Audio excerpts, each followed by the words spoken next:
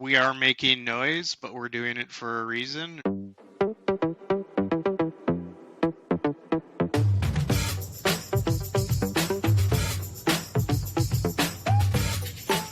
Welcome to SaaS Me Unfiltered. Today, we're exploring a topic that affects every modern IT organization: decentralized SaaS ownership and the change management required to make it effective. While giving departments more ownership can accelerate innovation, it also opens the door to software chaos, including shadow IT, redundant apps, and wasted spend across most organizations. So IT can't and probably shouldn't own it all.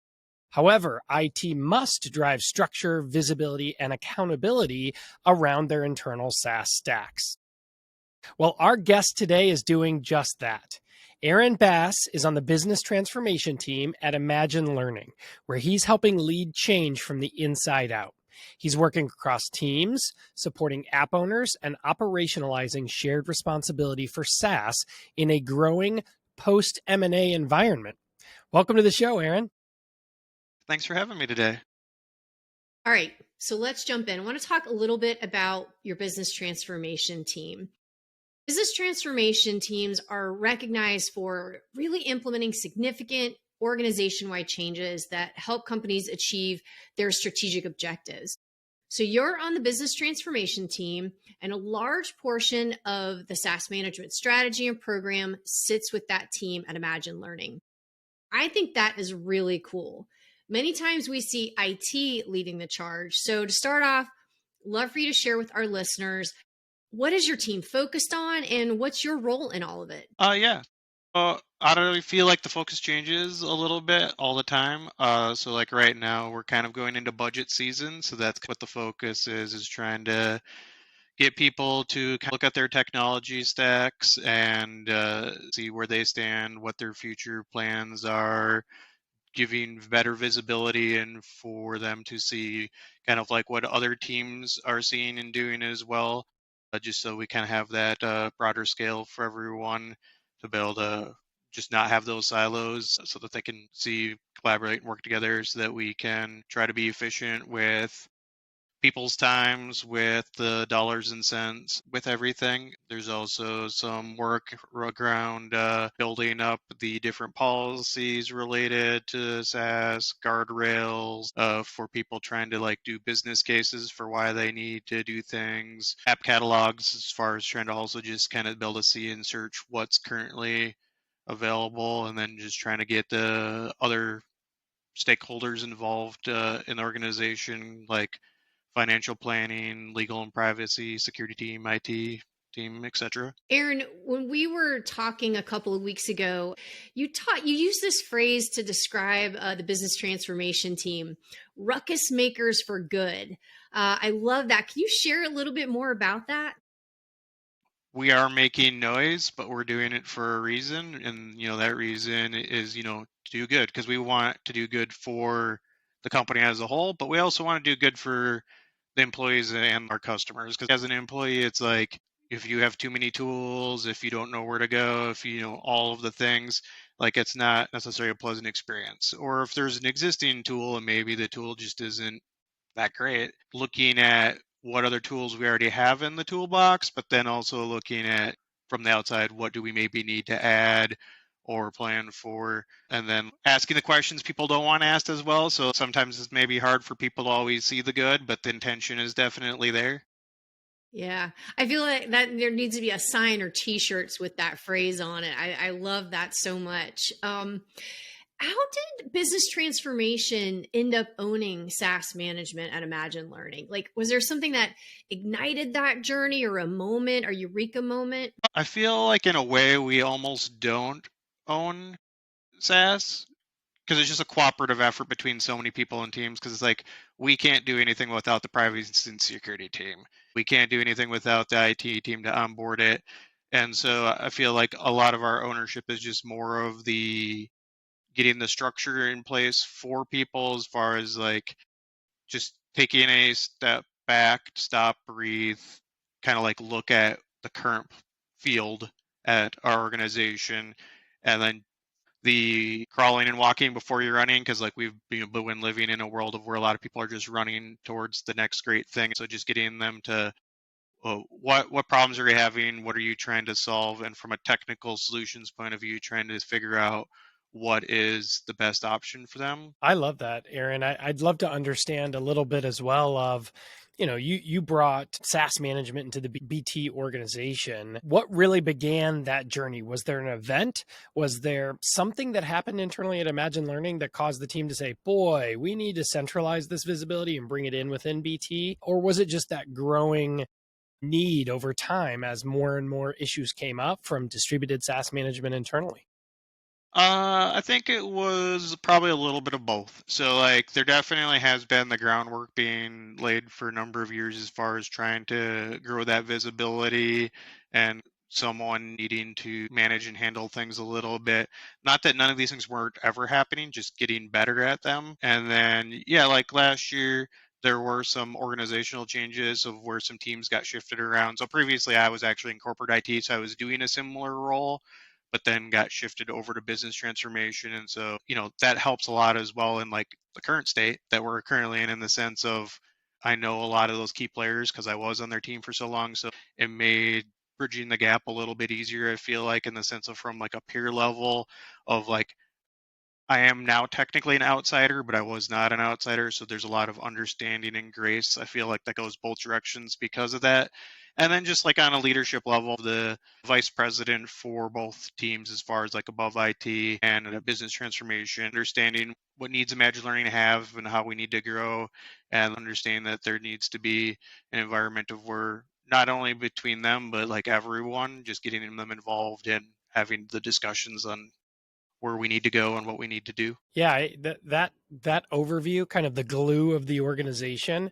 One thing that you've shared with us is that BT also includes organizational change management as a delivery, as a function. Can you speak to that a little bit? Like within business transformation, how do you think about SaaS management, and then how is that overlaid with OCM, organizational change management, internally at Imagine Learning? Yeah, so I would say like with the OCM side, they're a relatively small team. They're kind of like the team I'm on with like the technical solutions and business transformation.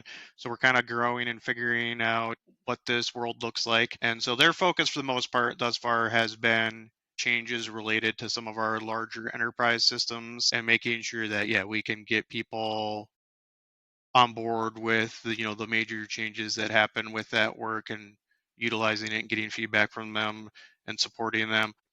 The other thing is just the change management in the sense of like, like if we want to consolidate or reduce the number of tools we have of a specific subset, like there's a lot of initial work that needs to happen as far as like even before a business case or a recommendation of just talking with the stakeholders of the disparate tools, figuring out how they're using them, figuring out where they might be able to slot in as far as to like a different tool. But then like once we get to even if it's not a full on project and just like a project coordination type event rather than a full blown project, you know, the OCMs, no matter how big or small, the OCM step is always there. Like there's going to need to be either support and training sections, documentation, just like I unavoidable step that needs to occur. Yep. Yeah. I think Devil's always in the details. It so is. And for a distributed category, moving any component of SaaS into more of a centralized delivery always requires change management to be at the heart of that. The communication plans, the processes, everything that you've just called out. I think that's something that sometimes folks miss when they think about operationalizing SaaS management. The clients that I work with that have figured it out have adopted decentralized ownership to be able to manage that full SaaS stack. So that's what you've done at Imagine Learning. And you mentioned that the steering committee has been instrumental in making that successful. So can you walk us through a little bit of how that steering committee came together, what the purpose of it is, who is involved, and overlay that to how you're operationalizing SaaS management? Excited to learn more about this. I think all of our clients should have SaaS steering committees to make executive decisions. Yeah, last year when we were figuring out changes with the different teams, when what lives where and who can kind of do what steps, was That's kind of when the steering committee framework got laid down, and that was uh, the business transformation leadership and the IT leadership both seeing and understanding that while individual teams or divisions of the company can make decisions without the steering committee, there isn't oversight. Like, do we have conflicts between divisions in the sense of like two of them trying to go in opposite directions without knowing it, or running two things side by side that are essentially the same? And just making sure we got to that level as far as making sure that we're like the steering committee is steering us, like, and to make sure that we have all the details and we bring them everything that we can. But then also just trying to get visibility for the people on the steering committee level to make sure that any decisions they're making, that they also understand what the other people are doing that are further down the river. Like OKRs in a way. It may not be like a fully defined OKR, but having it so that we're all going towards those same targets rather than having just, everyone going everywhere in the rapids kind of thing rather than just going down the river together. But then with the steering committee, I feel like they all saw it as well, in the sense of like, if we get the steering committee on board with something, that's like all of the divisions on the highest level agreeing to do something. So it's not just one team trying to impose their idea upon everyone else. So if the steering committee signs off on it, then everyone knows as an organization we've decided to do this. It's not just one division saying let's do this and then trying to convince everyone else. It was a business case to the steering committee, questions, follow-ups, contemplation, looking at roadmaps, and then making that decision of what the future state should look like. That makes a ton of sense. So it sounds like your senior leadership really recognized the need for this cross-collaborative group of people coming together to make the right choices for the business, maybe not necessarily for the department. And I love that. I think our listeners can learn so much from that approach. Where did you start the focus? So you said the steering committee started about a year ago. Where did the focus start kind of out of the gate? What was one of those first maybe initiatives that the steering committee looked at? So I would say the first thing was just like tagging in Zylo some of our high profile systems, like the systems we know, unless some sort of crazy event occurs, like aren't going anywhere. Just labeling those high spend, like if we're going to move them type tools, it's going to take years to move off of those tools. And the other thing was working from the top down as far as with those spend related things of what is our current state as far as lots of different data points, but I would say specifically contract start and end dates, or even if it's not a contract, just knowing when the subscription term is, just because it's hard to make decisions like how many licenses should you renew for. Should we look at merging this workload into like another tool, like if you're sub 30 days into like whatever the renewal is, because it's just like you can't really move that fast. So you mentioned IT business transformation leaders are involved. Do you have members of the C-suite also on this team? As far as the steering committee, yes. Everyone on the steering committee that is on the C-suite is also on the steering committee. And then, some executive leaders that are right below them as well. Wow.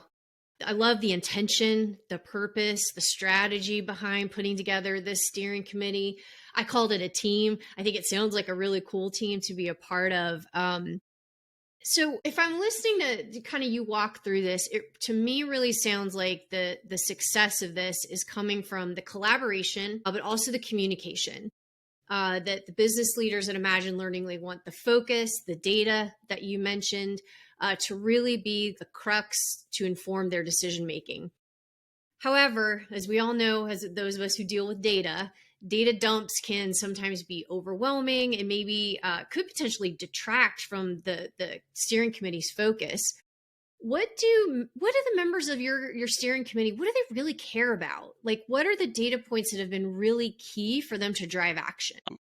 I guess it depends on the member a little bit. So like some are definitely more interested in like just purely the dollars and cents. Some are a little bit more interested, in the when are the renewals. Some are a little bit more interested in, why do we have 10 tools that do similar things? And I think it just kind of depends kind of on like what part of the organization they're in, because someone that's in charge of the contracts team or the legal/privacy review team, like every time you add a vendor, that means work for them. Every time you add a new tool with the same vendor, that adds some work for them. Every renewal, some work for them. And then for the IT team, every tool you add, they're trying to, get that enrolled behind your ITP provider or building some new integration. Financial planning and or other people are just gonna be more interested in like the dollars and cents part of it. So I think it really just depends on the individuals on the team. As a whole, they've really appreciated the dashboards, so we've built them a couple dashboards, like a few of the key points they've been interested in, which would be like a calendar for renewals, that top list of here's what we're spending money on, things of that nature. Gotta love those calendars and those nice tight snapshots of what's going on. Absolutely. That's right. I love, Aaron, how you called out the executive level visibility as well as the operational teams. And from spend to criticality of app, you're able to bring that all together in a single view. Yeah, no, it's pretty amazing. The dashboards are pretty fun. It's kind of even for me a little bit overwhelming sometimes because there's like so many data points you can pick from. So it's kind of like, which things do you want to show off or when do you want to show them off? And then, trying to figure out who the right audience is for the right thing as well. Well, I think, operationalizing change management and building that into a steering committee that has C-level representatives all the way down to operational representatives is really tackling this distributed category from all angles. And, our clients, when they come to us, one of the first things they ask us is about change management. Once you see the data, the opportunities, the ability to manage your inventory and then action upon it, it very much comes to process type discussions and how do we roll this out to the organization and how do we make this still distributed but also get some of that centralization back. Well, Aaron, Corey was not wrong. Change management is, I think, one of those first things that people, when they're embarking on their SaaS management journey and their strategy, it's like, how do I start to really build change management within my own organization? Going through this process, being on the IT team, the business transformation team, helping to construct the steering committee, is there any like tips or words of advice that you would share with our listeners when they're also in those moments of facing change management within their organization? So I would say like for us, the big thing has been making sure that we build Zylo into a system of truth before broadly sharing it. Like if we would have shared it out of the gate, I think there would have been a lot more questions, maybe not resistance, just a lot more questions. Like if we would have just shared it to the budget owners without actually having a focused lens for the budget owners to take a look at something, they would just kind of like look at you like saying like, why are you sharing this with me? Whereas now we're to the stage of where like every app is labeled, there's owners assigned. We have individual dashboards built out for those different budget owners. There have been situations that they've been, I didn't know we were paying for this, or I thought this was in someone else's budget. The big thing for us this year, I feel like, was getting the contract intake like automatically applying for us so that anytime a new contract gets submitted and signed, it's automatically ending up in Zylo rather than a manual process, or maybe it's just not happening. So like getting that integrated so that, yeah, every time now like a new tool or a new contract gets signed, automatically flowing in like helps from that renewal calendar for leadership, for the budget owners, for the people on the contract and legal team, and then privacy and security. Like if they have any questions, want to view anything, like the little window where it shows like the security score. So like it's just they one less place that they have to go look up different tools. Like does this tool have a SOX 2 compliant or whatever. Yeah, Aaron, what you're really walking through is, building out that system of record, ensuring that you understand, because when you go live with Zylo, it's providing a lot of information that's brand new to most organizations. So building out that system of record to empower and enable a larger strategic rollout with change management and steering committees and actions taken on applications. Boy, that's a standard pragmatic approach to SaaS management, but I think that is at the heart of being able to roll out something like a distributed SaaS management program. Thank you so much for taking us inside your work and your teams and joining us on the show today, Aaron. I really appreciate it. Yeah, thanks for joining us, Aaron. Yeah, thanks for having me. I appreciate it.